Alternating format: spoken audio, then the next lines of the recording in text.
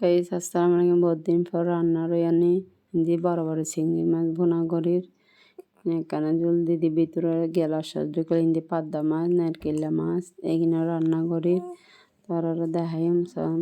বহুত দিন পর রান্না লইয়ানি রান্নার ভিডিও দেখায় এত কিছু না সামান্য এগিন দেখাই দি কিছু না কিলাইন দিম বেবদে পাদ্দা মাছ নারকেলা মাছ আবার ইন্দি ও চিংড়ি মাছ আছে এগিন বোনা হরির এতটুকু। তারপর রান্না করতাম হসে এনে বয় দিই অল্প অল্প দিই তারা দুনিয়ে এক লগে রাঁধি ফেলাই পাদ্দা মাছ আর নারকেলা মাছ খুব মজা গিন রান্না গিন।